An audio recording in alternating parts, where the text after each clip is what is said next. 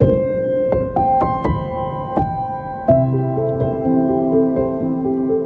cristianos siempre están hablando de salvación, de salvación, de salvación, pero ¿salvación de qué? ¿De qué? A ver, ¿de qué nos quiere salvar Dios? ¿Qué le responderías a alguien que te pregunta, a ver, ¿de qué quiere salvarme Dios? Si yo estoy bien, soy una buena persona, ¿de qué me quiere salvar Dios? Soy una buena persona, no necesito. Puedo tener una vida moral, puedo pagar mis impuestos, puedo serle fiel a mi esposa, puedo ser un buen padre. No necesito ser cristiano no necesito esa salvación que los cristianos siempre ofrecen. La cuestión está en que cuando alguien pregunta, ¿de qué necesito ser salvado? Es que todavía no conoce realmente su posición delante de Dios y es imposible que vea las fallas de su propio corazón porque no conoce tampoco a Dios ni la ley de Dios. Pero fíjense, si vamos a la ley de Dios, fíjense lo que dice. Alguien hizo este argumento con alguien que le preguntó esto. ¿Por qué necesitamos salvación? Y el cristiano le contestó a esta persona, a ver, ¿existe la injusticia? Y obviamente la persona no creyente le dijo, sí, claro que existe la injusticia. Y dice, bueno, el cristiano le dice, puede ser injusticia judicial, puede ser injusticia legal, puede ser injusticia económica, puede ser injusticia de género, puede ser injusticia racial o puede ser injusticia familiar, el patriarcado opresivo, puede ser cualquiera de esas cosas. Injusticia. Fíjense una cosa interesante, el cristiano empieza a armar su argumento a favor de creer en Dios y de la necesidad de la salvación al plantearle al no creyente si existe la injusticia. Y el no creyente dice, sí, claro que existe la injusticia.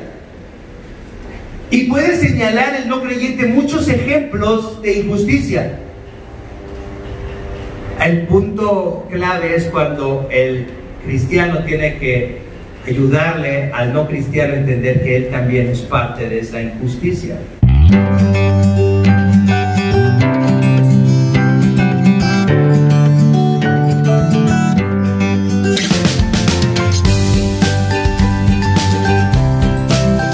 En esta serie, en Isaías capítulo 12, que tiene 6 versículos en esta mañana, Isaías capítulo 12, y recuerden que estamos hablando de esta serie que titulada El pueblo de Dios, la manifestación de su gloria. El pueblo de Dios, la manifestación de su gloria. Y entonces dice este texto, en aquel día tú dirás, Señor, yo te alabaré aunque te hayas enojado conmigo. Tu ira se ha calmado y me has dado consuelo. Dios es mi salvación, confiaré en Él y no temeré. El Señor es mi fuerza, el Señor es mi canción, Él es mi salvación. Con alegría sacarán ustedes agua de las fuentes de la salvación. En aquel día se dirá, alaben al Señor, invoquen su nombre, den a conocer entre los pueblos sus obras, proclamen la grandeza de su nombre, canten salmos al Señor porque ha hecho maravillas, que esto se dé a conocer en toda la tierra. Canta y grita de alegría, habitante de Sion. Realmente es grande en medio de ti el Santo de Israel. Esta es la palabra del Señor en la que vamos a meditar esta mañana. Quiero que meditemos en 3 ideas acerca de este texto. Vamos a meditar el punto número 1, es una relación que nos sorprende. Número 2, una relación que necesitamos. Y número 3, una relación que no podemos ocultar. Una relación que nos sorprende, una relación que necesitamos y una relación que no podemos ocultar. Entonces fíjense, Isaías continúa su profecía, continúa con este ejercicio de comunicar al pueblo de Judá que está en Jerusalén la voluntad de Dios, lo que piensa Dios. Y en el capítulo 11 que estudiamos la semana pasada, vimos cómo hay una promesa de restauración y que esta promesa de restauración viene del vástago de Isaí. ¿Se acuerdan? De este descendiente de la familia de David, que traería un renuevo a la sociedad, que traería un renuevo al mundo. Tan grande va a ser esa renovación, dice que el cabrito habitará con el león, que el niño podrá meter la mano en el nido de la serpiente y no harán ningún daño.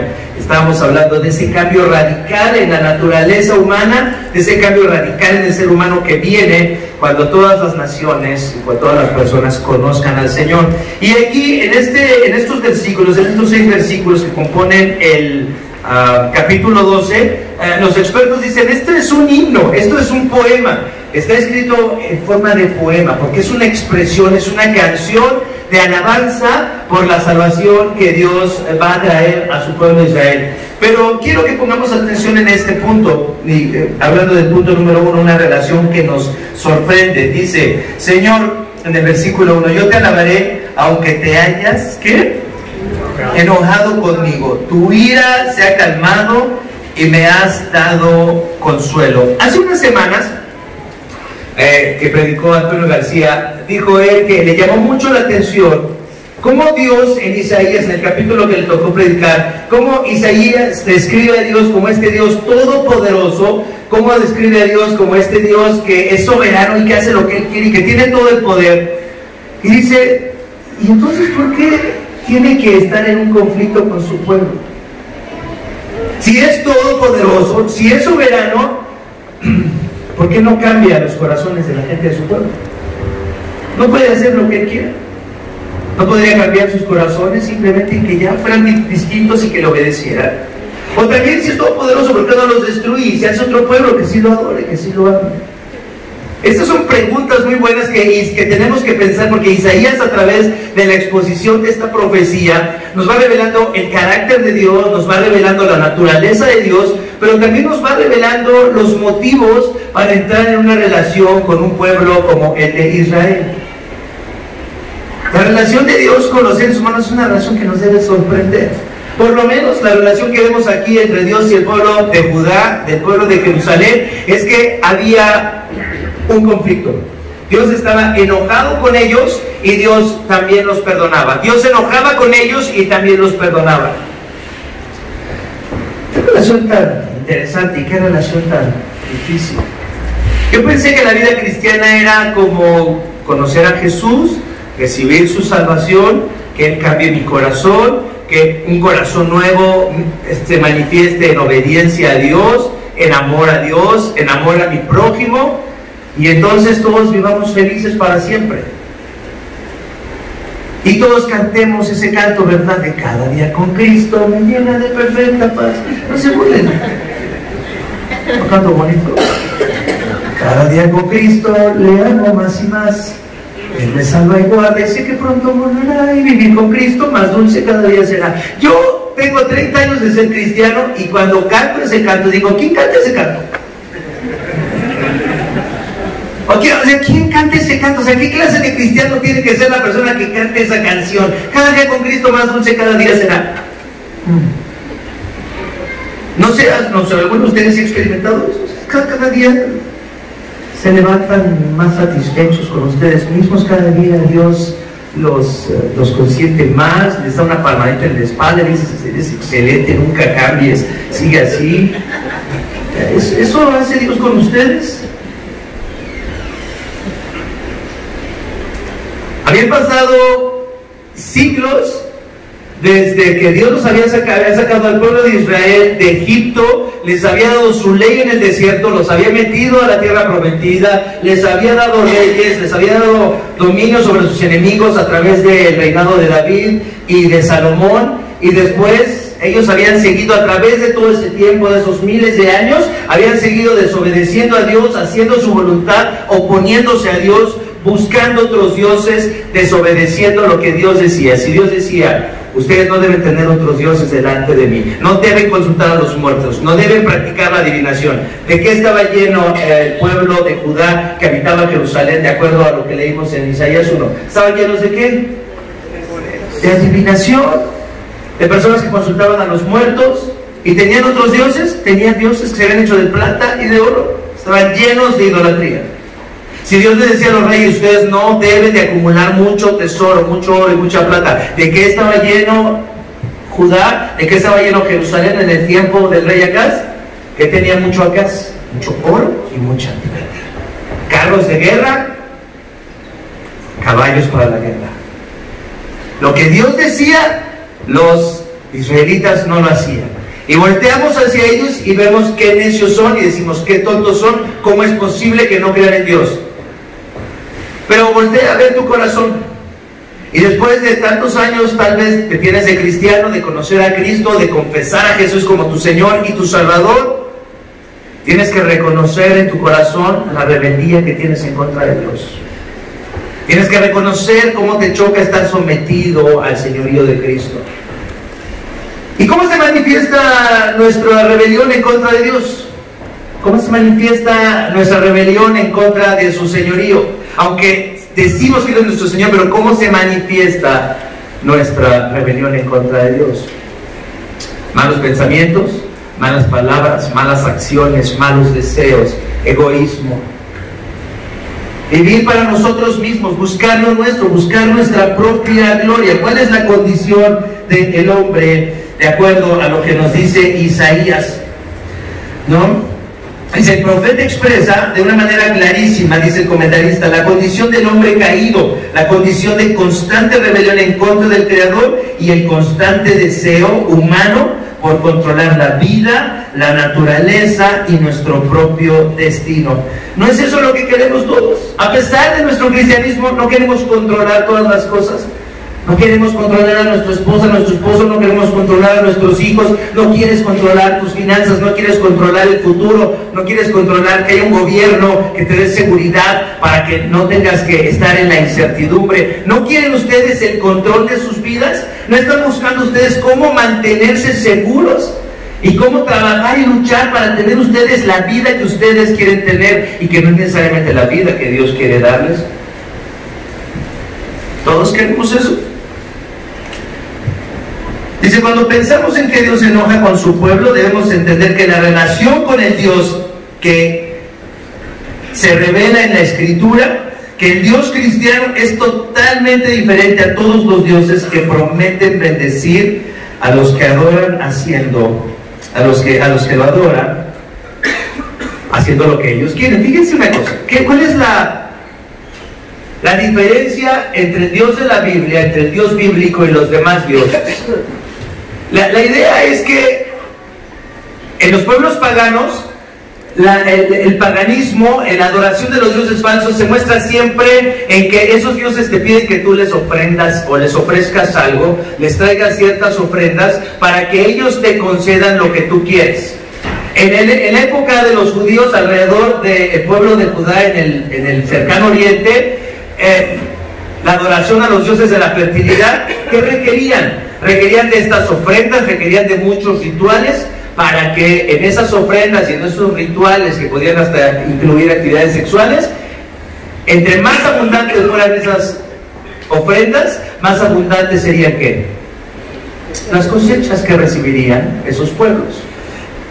En el mundo prehispánico se adoraba al dios de la guerra. ¿Qué es lo que deberías de darle a ese dios de la guerra antes de ir a la guerra? Mucha sangre. Y entre más sangre le ofrecieras, más posibilidades de tener victoria sobre tus enemigos tenías. Fíjense, estamos hablando del cercano oriente, pero también estamos hablando de los prehispánicos. Vengamos más cerca de nosotros.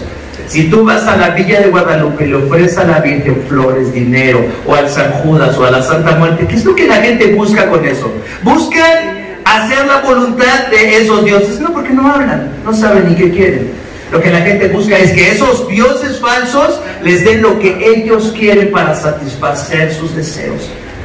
Y déjenme decirles, hay muchos cristianos que dicen que son evangélicos, pero no han cambiado esa forma de relacionarse con Dios. Nada más que ahora leen la Biblia, ahora vienen a la iglesia, ahora hacen ciertas cosas, sirven a otros, pero con el mismo propósito de que finalmente Dios haga ¿qué? Lo que tú quieres y lo que yo quiero. Esa es exactamente la gran diferencia entre todos los dioses del mundo, todas las religiones del mundo, que te dicen, si tú haces esto, entonces tú vas a lograr hacer tu voluntad. Lo que vemos con el Dios de la Biblia y en este pleito que Dios tiene con Israel, es que Dios les dice, yo les voy a dar lo que ustedes necesitan y yo los voy a transformar en las personas que ustedes tienen que ser. Y si me adoran, yo los voy a santificar. La pregunta es, ¿quién quiere ser santificado? La pregunta de esta mañana es, ¿quién quiere ser santificado? ¿Quién quiere que Dios lo santifique? ¿Quién quiere que Dios lo ponga en disciplina para que te conviertas en la persona que debes ser y que dejes de ser la persona que tú quieres ser? ¿Se dan cuenta que es diferente a la filosofía de este tiempo? En el que lo más importante es que cada quien encuentre la verdad ¿en dónde? De su propio corazón. Sigue tu corazón, sé fiel a ti mismo. ¿No te dicen esto, no te bombardea con esto la sociedad en la que vives? Tienes que ser fiel a ti mismo, tienes que descubrir quién eres tú para que seas esa persona. Y entonces las personas pagan mucho por terapia, van con una persona, y no estoy diciendo que todos los psicólogos sean así, pero la gran mayoría de los psicólogos, sobre todo los que no son cristianos, ¿qué es lo que tiene que decir una persona que va con muchos problemas de culpabilidad y con otros problemas? ¿Qué le tiene que decir un psicólogo para afianzarse con un buen cliente por un buen tiempo? Tiene que decirle, descubre quién eres, descubre al campeón que hay en ti, deja de pensar en todas las tonterías y todas las culpabilidades que te echaron encima. Tú vive y sé lo que tú quieres ser a tu modo. Deja de escuchar esas voces de tus padres, de tus abuelos, las tradiciones de tu iglesia. Sé libre, y en esa libertad, cuando tú seas fiel a ti mismo y hagas lo que tú quieres, entonces vas a ser feliz. ¿Se dan cuenta que no somos tan distintos? Las personas del siglo XXI no somos tan distintos como los judíos del siglo 8 antes de Cristo. Ellos querían hacer su voluntad, lo estaban haciendo, sí. Nosotros queremos hacer nuestra voluntad, la estamos haciendo, sí. Y Dios es paciente con nosotros, pero entra en un pleito con nosotros. Fíjense una cosa, ¿por qué Dios tiene que entrar en un pleito con Israel? Porque si los cambia de una manera mágica, si Dios cambia el corazón de su pueblo de una manera mágica, entonces ¿qué es lo que no puede tener con ellos? ¿Qué es lo que no puede tener con ellos si los cambia de manera mágica? Pues una relación voluntaria, una relación de amor, en donde las personas son libres de tener esa relación con Dios o no. No puedes tener una relación de amor con alguien si está obligado a hacerlo. Y si tú tienes el poder para que esa persona te ame, nunca vas a saber si esa persona te ama. Y Dios nos creó para eso, para amarle voluntariamente. Dios puso a Adán y a Eva en el huerto del Edén y les puso el árbol de la ciencia del bien y del mal ahí.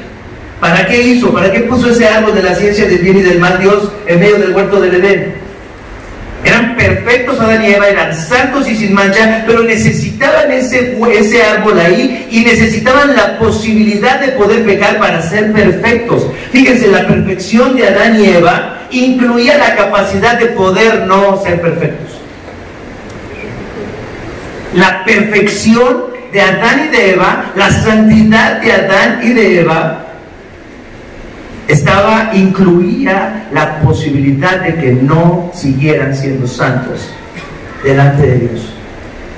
Eso es precioso, y Dios dejó que se rebelaran en contra de Él, pero en lugar de cambiarlos mágicamente, o en lugar de destruirlos, que es lo que Dios podría hacer, ¿qué es lo que Dios hace? Dios decide entrar en un pleito contigo y conmigo. Díganme, ¿con quién de ustedes Dios trae pleito? ¿Con quién de ustedes trae Dios pleito casado? ¿No trae pleito Dios contigo? Si no trae pleito Dios contigo, es que o has tenido una vida muy linda todavía, o eres demasiado joven, o eres muy inocente. Pero Dios debe entrar en pleito contigo. Entró en pleito con Israel. ¿Crees que eres mejor que los israelitas? ¿Tú crees que eres mejor que los judíos del siglo 8 antes de Cristo? ¿Tú crees que tú sí obedeces y ellos no? ¿Tú crees que tú eres más santo que ellos? ¿Tú crees que tú entiendes mejor las cosas que ellos? ¿Tú crees que eres más obediente que ellos? La pregunta es, ¿de qué manera Dios tiene pleito contigo? Fíjense lo que dice Miqueas 6:2, porque es un patrón que está en la Biblia de cómo Dios le encanta entrar en pleito con su pueblo. En Miqueas capítulo 6, versículo 2. Miqueas 6, versículo 2. Dice, escuchen montañas la querella del Señor, presten atención firmes cimientos de la tierra. El Señor entra en juicio contra su pueblo, entabla un pleito contra Israel. ¿Dios quiere pelearse contigo? ¿Peleó Dios con alguna persona en la Biblia o no? ¿O estoy hablando de algo que eso no es cierto que ha pasado? ¿Con quién peleó?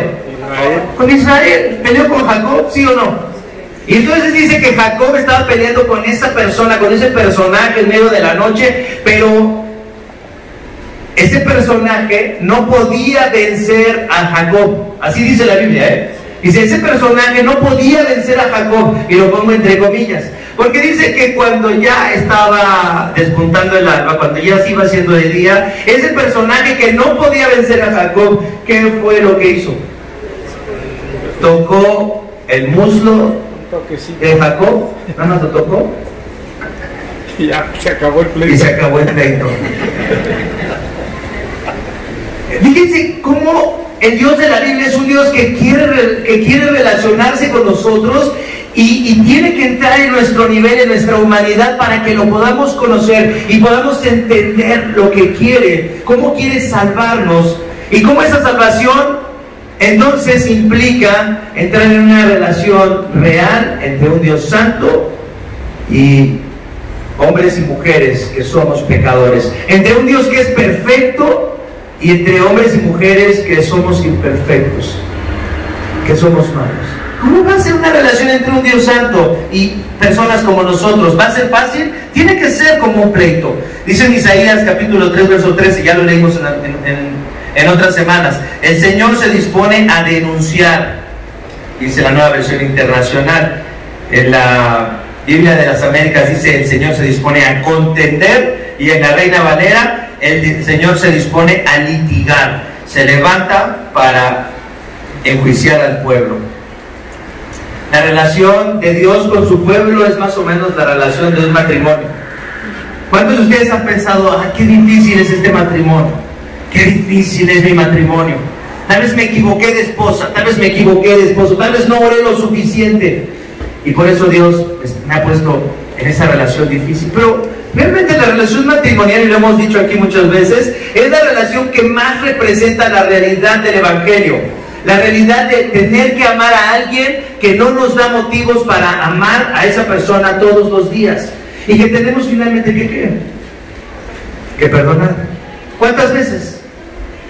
¿Cuántas veces ibas a tener pleito con tu esposa y con tu esposo? Fíjense, una cosa que quiero a la que renuncien como cristianos, es que quieran, ¿cuándo será el día que ya no me peleé con mi esposa o con mi esposo? No sueñes con eso, porque eso no va a pasar nunca. Nunca va a pasar eso. Tal vez deberías de discutir menos, tal vez con el tiempo está bien, o tal vez deberías de discutir con más gracia, o tal vez deberías de perdonar con más facilidad, pero nunca se van a acabar los pleitos entre tú y tu esposa, nunca van a pensar igual, y está fabuloso que no sea así. Está increíble que tengas que estar y vivir con una persona que es totalmente distinta a ti, pero aquí viene la idea que les dije hace un momento: ¿quién quiere ser santificado? Si te casaste para ser feliz, entonces te equivocaste por las razones equivocadas. Te casaste para que Dios te santifique y se te quite lo sabroso. Entonces estás en el camino correcto. Se me va a quitar lo sabrosito y Dios me va a poner con la persona que me tiene que quitar lo sabrosito. ¿Se te tiene que quitar lo sabrosito así o a ti? Dios se va a encargar de quitarte los sabrositos. Y luego, si no es con el matrimonio, entonces te va a traer los hijos. Y si no es con los hijos, la enfermedad. Y si no es con la enfermedad, con un trabajo horrible, difícil, con jefes espantosos.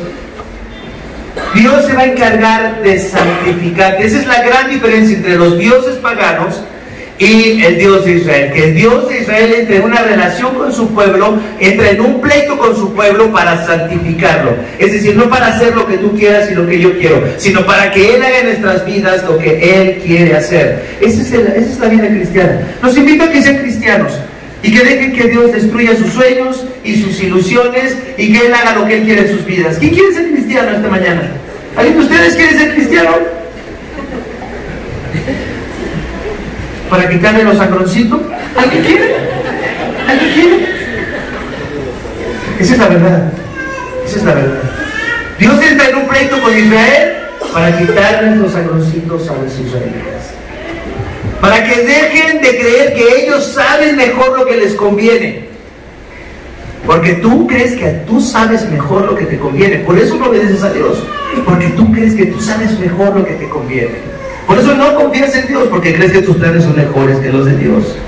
¿Cómo está peleando Dios contigo para salvarte? Fíjense, recordemos la relación que Dios tuvo no solamente con Israel. ¿Cómo habrá sido la relación de Dios con Abraham? ¿Cómo fue la relación de Dios con Moisés? ¿Cómo fue la relación de Dios con Elías? ¿Con Jonás? Con Oseas, ve y cásate con una prostituta. Con Jonás, Ve y declara el perdón, que puedo perdonar a los enemigos de tu pueblo. Con Elías, ¿cómo fue la relación de Pablo con Dios, o de Pedro con Dios? Pedro, me vas a negar 3 veces. Pedro, vas a hacer algo horrible, pero yo te voy a perdonar. ¿Cómo está Dios peleando contigo para salvarte? Eso es lo que quiero que pensemos en esta mañana. ¿Cómo está Dios peleando contigo para salvarte? Así es que esa es la pregunta. ¿Te sorprende cómo es la relación de Dios con su pueblo? Es una relación sorprendente. Nos debe sorprender, nos debe sacar de nuestro confort y debe de desafiarnos esta relación con un Dios que, en lugar de destruirnos o cambiarnos mágicamente, ha decidido entrar en pleito con nosotros y santificarnos. Y luego, ¿por qué? Porque necesitamos salvarnos, una relación que también necesitamos. Entonces, no solamente hay una relación sorprendente, que no es lo que esperábamos, pero también es una relación que necesitamos. Fíjense, versículo 2 y versículo 3. Dice: Dios es mi salvación, confiaré en Él y no temeré. El Señor es mi fuerza, el Señor es mi canción, Él es mi salvación. Con alegría sacarán ustedes agua de las fuentes de la salvación. 3 veces en 2 versículos la palabra salvación, salvación, salvación. Dios ha decidido salvar a los israelitas y los sacó de la tierra de Egipto y los llevó por el desierto, los salvó en el desierto, les dio maná en el desierto, les puso una nube en el día para que el sol no los quemara, una columna de fuego para que los calentara, los salvó al entrar a la tierra prometida y les dio victoria sobre todos los pueblos enemigos. Salvación, salvación, salvación. Y fíjense una cosa, la salvación cristiana fundamentalmente es el resultado de la salvación cristiana. Fíjense, esto quiero que lo tomen en cuenta, o si pueden escribirlo. El resultado de la salvación cristiana es una relación. El resultado de la salvación cristiana es una relación. Es una relación con Dios. Eso es el resultado de la salvación cristiana. Entrar en una relación con Dios, una relación real, con un Dios que es distinto a nosotros, con un Dios que nos desafía. Y luego dice aquí, el comentarista dice: la relación de Dios con su pueblo es gloriosa, porque nos muestra todo el tiempo la incapacidad de los elegidos por Dios, que en este caso son los judíos de Jerusalén, para gozar de una relación con Él que los salva de un juicio y de una eternidad de rebelión y de amargura. Fíjense una cosa, hay muchas personas que dicen: los cristianos siempre están hablando de salvación, de salvación, de salvación, pero ¿salvación de qué? ¿De qué? A ver, ¿de qué nos quiere salvar Dios? ¿Qué le responderías a alguien que te pregunta: a ver, ¿de qué quiere salvarme Dios? Si yo estoy bien, soy una buena persona, ¿de qué me quiere salvar Dios? Soy una buena persona, no necesito.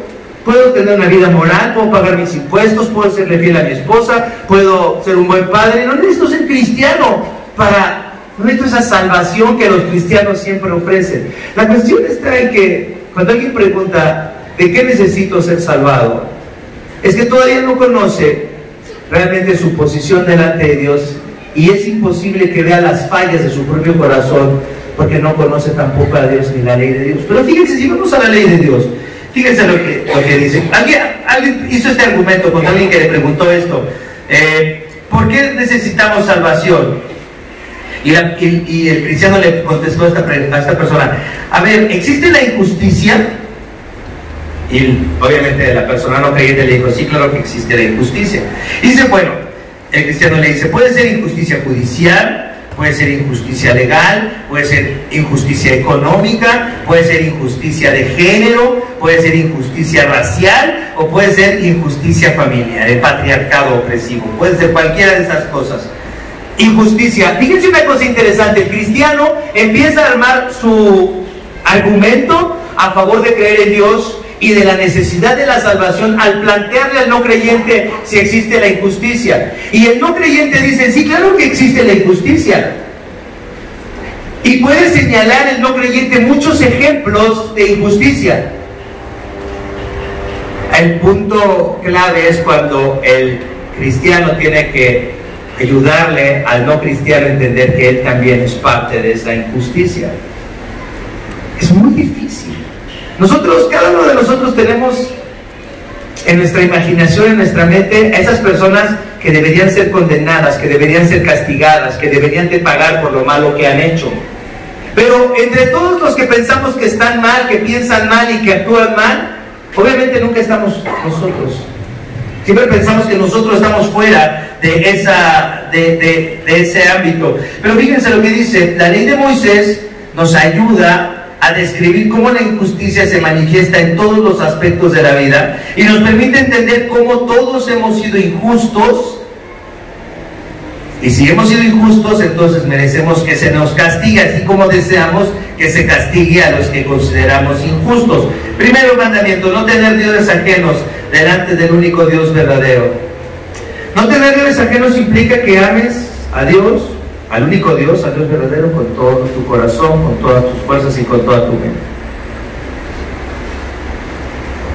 ¿Has sido injusto en eso? ¿Has fallado en amar a Dios con todo tu corazón, con todas tus fuerzas y con toda tu mente? Bueno, tal vez es difícil identificarlo. Honra a tus padres. ¿Has honrado a tus padres? ¿Los has respetado? ¿Los has exaltado? ¿Has hecho que se sientan orgullosos de ti? Dice, no matar. No está fácil, ¿no? No matar. No está facilísimo. ¿Quién de ustedes ha matado a alguien?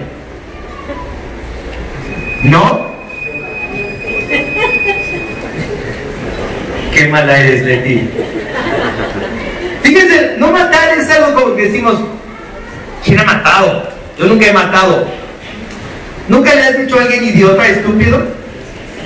O un poquito más arriba. Dice, el que le dice Cristo en el segundo monte, el que le dice raca a su hermano, que le dice idiota, ni siquiera lo mató. Cuando estás furioso, insultas a alguien, realmente lo que estás haciendo es matar a esa persona.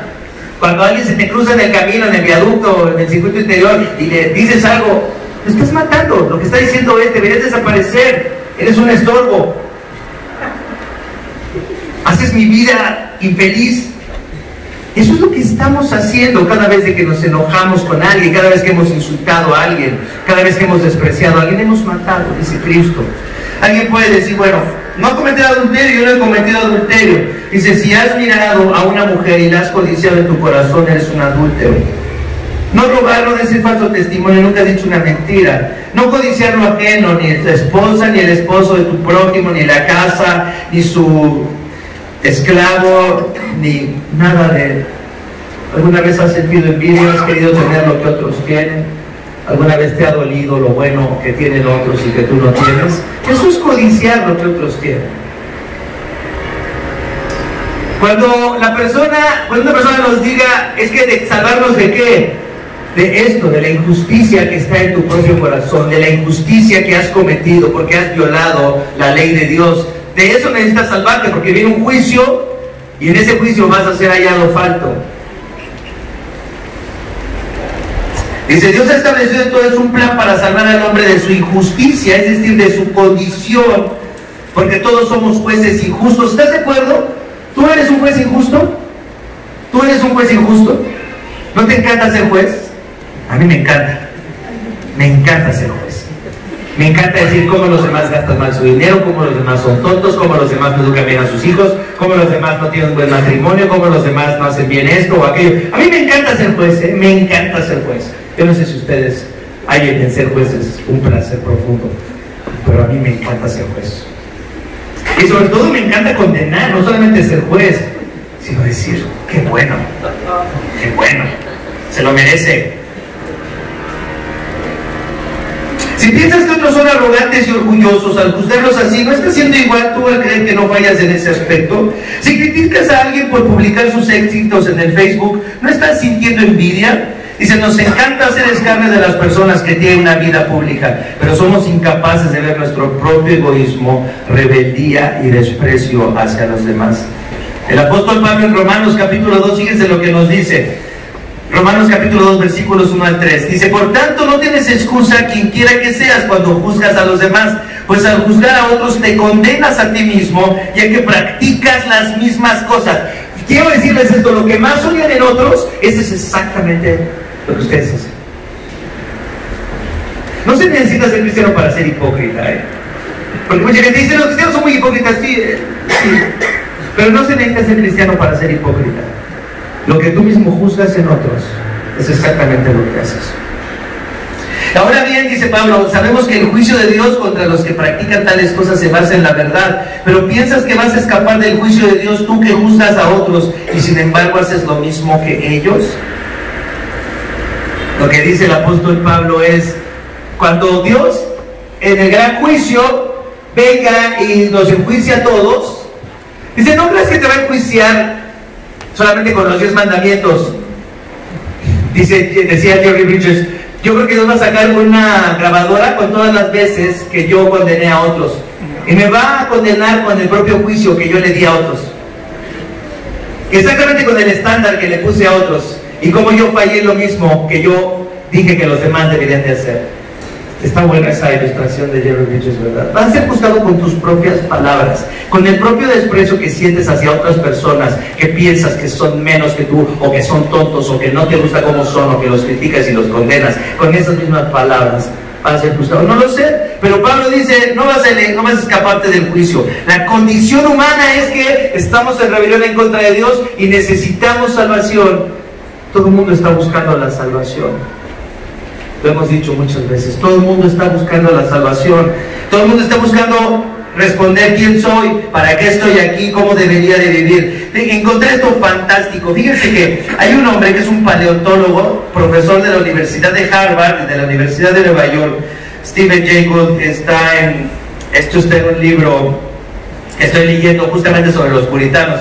Y fíjense lo que dice aquí, hablando de las personas, del pensamiento de los que dicen, tenemos que salvarnos de qué. No necesitamos la salvación. Y sin embargo, dice el autor, todas las personas, aun los que no creen en Dios, están buscando una forma de explicar su existencia, para qué están aquí, cómo desarrollar una moral y un sentido de destino, de propósito, aunque digan que no creen en Dios. Fíjense cómo este paleontólogo explica esto, me pareció brutal, genial. Obviamente es un hombre no creyente, es una de estas personas pensadores y estudiosos profundos, y dice, fíjense lo que dice este científico de primer nivel de Harvard y de la Universidad de Nueva York. Estamos aquí porque un grupo muy peculiar de peces tenía una anatomía y aletas que podrían convertirse en algún momento en piernas para poder caminar sobre la tierra.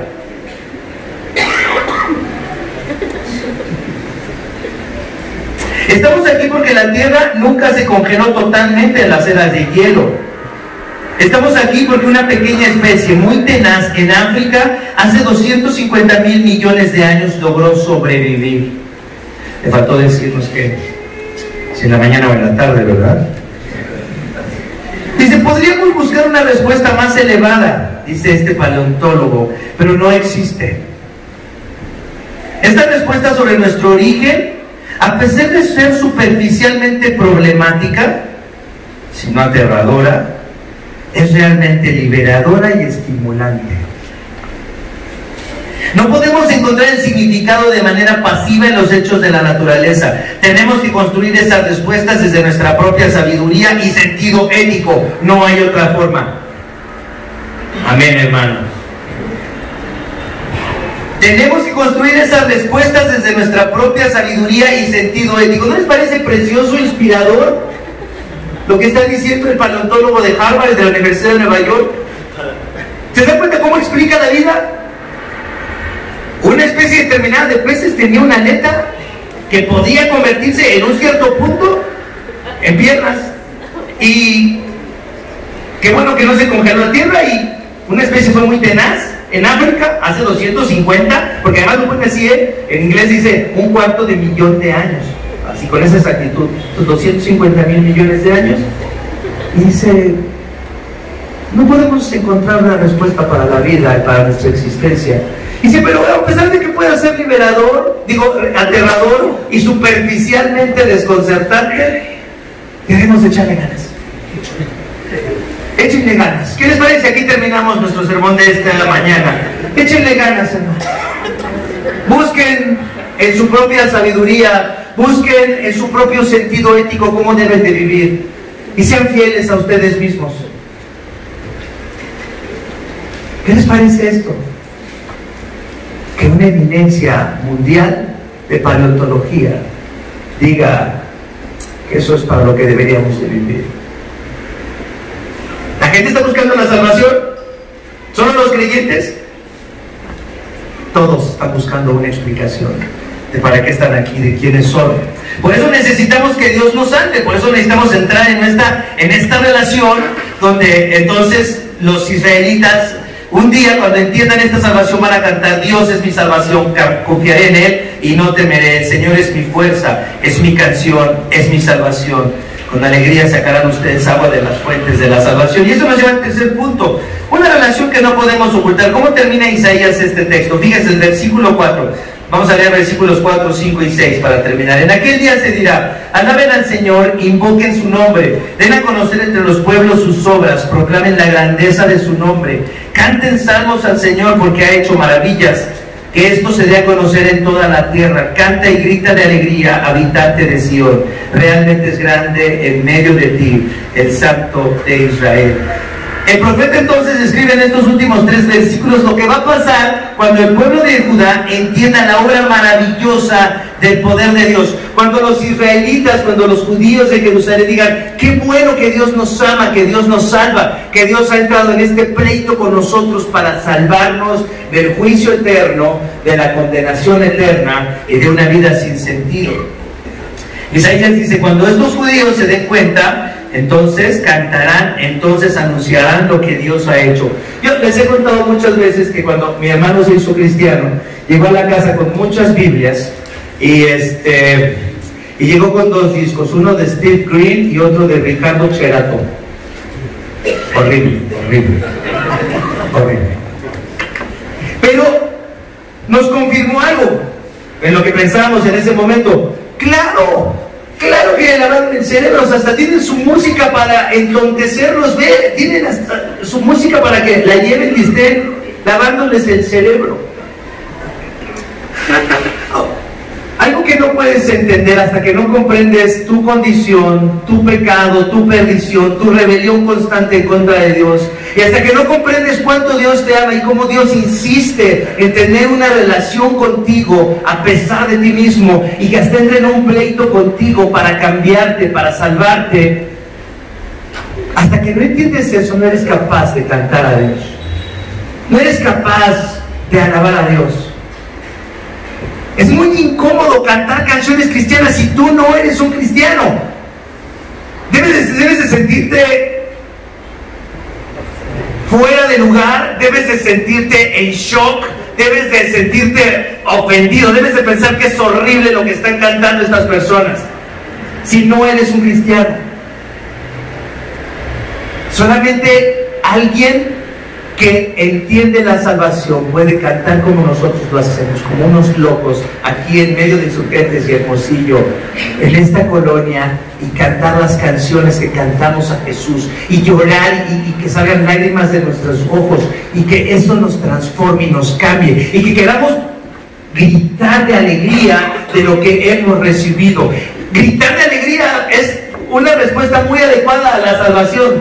¿Se dan cuenta?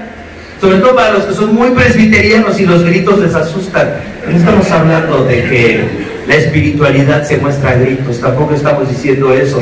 Pero lo que estamos diciendo es que es muy difícil comprender por qué los cristianos nos reunimos y cantamos y adoramos a Dios y escribimos libros o poemas acerca de Dios, o nos animamos unos a otros a mantenernos en esta fe de una manera tan pública. ¿Por qué es tan difícil para un no creyente entenderlo? Porque solamente un corazón transformado, cambiado, puede decir esto, puede experimentar esto con gritos y canciones. Hacerte cristiano nunca te va a hacer más popular, nunca va a hacer que los que te rodean te amen. Cristo dijo, ¿y qué dijo en Juan capítulo 15, versículos 18 al 19? ¿Quién se acuerda? ¿Quién me da de memoria ese texto? Juan 15, 18 al 19. Dice: si el mundo los aborrece, tengan presente que antes que a ustedes me aborreció a mí. Si fueran del mundo, el mundo los amaría como a los suyos, pero ustedes no son del mundo, sino que yo los he escogido de entre el mundo. Por eso el mundo, ¿qué? Los aborrece. O sea, si tu familia no es cristiana, tienen que aborrecer, tienes que caerles medio gordo, tienen que visitarte muy poco, porque eres cristiano. La verdad, visitar familia cristiana es mucho trabajo. Siempre quieren ir a dónde? A la iglesia. Siempre quieren ir a la iglesia. Queríamos estar en el castillo de Chapultepec, desayunando en Polanco, algo padre, ¿no? Si los quieren llevarme a la iglesia. Y lo más interesante, lo que más vemos es que los que son cristianos no vienen a la iglesia y no traen a sus familiares, porque dicen, no, pues, ¿para qué los llevo? De por sí ya no les caigo bien. De por sí nos critican porque somos cristianos. Pero dice, canta de alegría, grita de alegría, pueblo de Israel, porque grande es en medio de ti el Santo de Israel. Dice, cuando alguien haya a Cristo no puede ocultar su nueva condición. Por eso decimos en este tercer punto, es una relación que no podemos ocultar. Por eso Cristo describe el reino de los cielos como una perla de gran precio, ¿no? Que dice que un hombre descubrió en un campo una perla de gran precio, para más bien un tesoro escondido en un campo. ¿Y qué hizo? Fue y vendió todo lo que tenía y compró ese campo y tomó el tesoro que había ahí. Dice este comentarista, mientras una persona tenga en su vida algo que le dé seguridad, algo que le haga sentir que vale por sí mismo, y mientras su corazón esté satisfecho con su vida de pecado, es decir, con una vida de rebelión en contra de Dios, esa persona no podrá alabar a Dios, no podrá ver que su sometimiento voluntario a Dios es una fuente de consuelo, es una fuente de renovación, es una fuente de libertad que debería manifestarse en una vida de dedicación y adoración a Dios. Me encantó esto. Mientras una persona esté satisfecha con las cosas de este mundo, nunca va a querer cantar canciones a Dios, nunca va a querer hacer lo que hacemos en el culto público, nunca va a querer decirle a sus familiares vengan a la iglesia, porque no puede soportar el dolor, la vergüenza de que los desprecien. Richard Baxter, un puritano inglés, fíjense lo que dice sobre vivir en constante adoración a Dios. Me encantó este texto y esto es lo final. Fíjense lo que dice Richard Baxter. ¿Cómo se debe vivir si realmente has encontrado la salvación en Cristo? Dice, recuerda tu propósito último y cuando te dispongas, se llama así esto, ¿cómo vivir delante de Dios todo el día? Entonces es como desde que te despiertas hasta que anochece. Me encantó este texto. Dice, recuerda tu propósito último y cuando te dispongas para tu día de trabajo o emprendas cualquier actividad en el mundo, que la santidad del Señor esté escrita en tu corazón en todo lo que hagas. No hagas ninguna actividad sobre la cual no puedas dar derechos a Dios y di verdaderamente que Él te ha establecido en ello. Fíjense, no hagas ninguna actividad sobre la cual no puedas dar derechos a Dios. Eso incluye lo que ves en Netflix y en las... O sea, realmente Dios es soberano sobre esto. Realmente esto que estoy haciendo, que estoy viendo, honra a Dios. Así, de ese tamaño debes de vivir tu relación con Dios. Dice, y di verdaderamente que Él te ha establecido en ello, y no hagas nada en el mundo para ningún otro propósito último que no sea agradar, glorificar y disfrutar de Él. Hazlo todo para la gloria de Dios. Fíjense lo que dice, dedícate a las tareas de tu llamado, lo que sea tu vocación, de manera cuidadosa y diligente. Dice, mostrarás que no eres perezoso ni siervo de tu carne, como aquellos que no pueden negarla con facilidad. Y así fomentarás el poner a la muerte los deseos y pasiones carnales que son alimentados por la facilidad, y pongan atención en esto, y la holgazanería. Si eres proclive a la holgazanería, tienes que decir, no debería yo de ser holgazán, debería yo de trabajar más, debería yo de esforzarme más, debería yo de disciplinarme más. Dice, mantendrás alejados los pensamientos ociosos de tu mente que pululan en las mentes de las personas frívolas. No perderás tiempo precioso, algo de lo cual las personas frívolas son culpables diariamente. Estarás en camino de obedecer a Dios, mientras que los perezosos se encuentran en constantes pecados de omisión. Luego dice, con las tentaciones, mantente totalmente al corriente de tus tentaciones. Fíjate, mantente totalmente al corriente de tus tentaciones. ¿Qué significa esto? Que seas muy consciente de lo que te tienta. Dice, y de las cosas que puedan corromperte, y vigílalas durante todo el día. Debes vigilar de manera especial las cosas más peligrosas que corrompen y aquellas tentaciones que tu compañía o negocio inevitablemente pondrán ante ti. Vigila los pecados dominantes de incredulidad. Vigila si estás siendo hipócrita. Vigila si estás siendo egoísta. Vigila si estás siendo orgulloso. Vigila si te estás complaciendo demasiado en la carne o en el amor excesivo a las cosas terrenales. Ten cuidado de ser arrastrado hacia la mentalidad mundana y a las preocupaciones excesivas o de planes codiciosos para desarrollar en el mundo bajo la pretensión de diligencia en tu llamado. ¿Solamente quieres ser millonario? ¿Solamente quieres acumular bienes? ¿Eso es lo que te motiva? Dice, si has de hacer tratos o comerciar con otros, sé vigilante en contra del egoísmo y todo lo que huela a injusticia o falta de caridad. En todos tus tratos con otros, mantente vigilante contra la tentación de la charla vacía y frívola. Aquí ustedes son muy dados a hablar por teléfono, estar horas platicando ociosamente y diciendo cosas que no entienden. No tenemos que platicar esto. Vigila también a aquellas personas que te tentarán a la ira.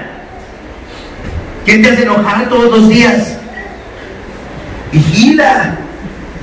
Mantén la modestia y la limpieza del lenguaje que requieren las leyes de la pureza. Si conversas con aduladores, mantente en guardia contra el orgullo hinchado. Si conversas con aquellos que te desprecian y te hieren, fortalécete en contra del orgullo vengativo e impaciente. Al principio estas cosas serán muy difíciles mientras el pecado tenga fuerza en ti, pero una vez que hayas alcanzado una conciencia continua del peligro venenoso de cualquiera de estos pecados, tu corazón los evitará fácilmente y de buena gana. Cuando te encuentres solo, termina con esto: en tus ocupaciones mejora el tiempo con meditaciones y prácticas benéficas. Medita en la bondad y en las perfecciones infinitas de Dios, en Cristo y la redención, en el cielo, y cuán indigno eres de ir allí, y cómo mereces en realidad la miseria eterna del infierno. Una vida en Cristo no puede ser ociosa. Una vida en Cristo tiene que llevar fruto. Una vida en Cristo se tiene que notar. La pregunta esta mañana es: ¿los demás notan tu compromiso con Cristo? ¿La realidad de tu relación con Cristo?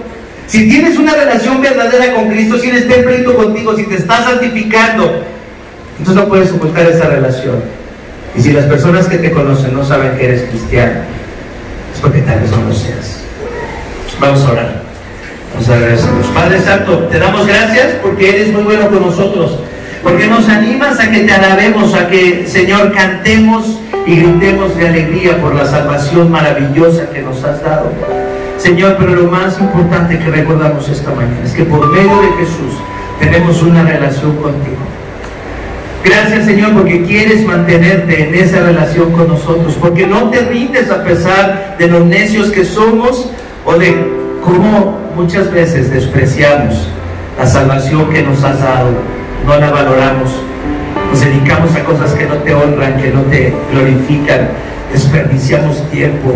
Si hemos sido holgazanes, descuidados, si hemos, Señor, sido superficiales, Padre, perdónanos, cámbianos, transfórmanos a la imagen de tu Hijo. Queremos que todos sepan que tú eres el Salvador, que nos has salvado y que tú eres la fuente de nuestra alegría, una fuente continua, Señor, de gozo y de alegría, como una fuente de agua.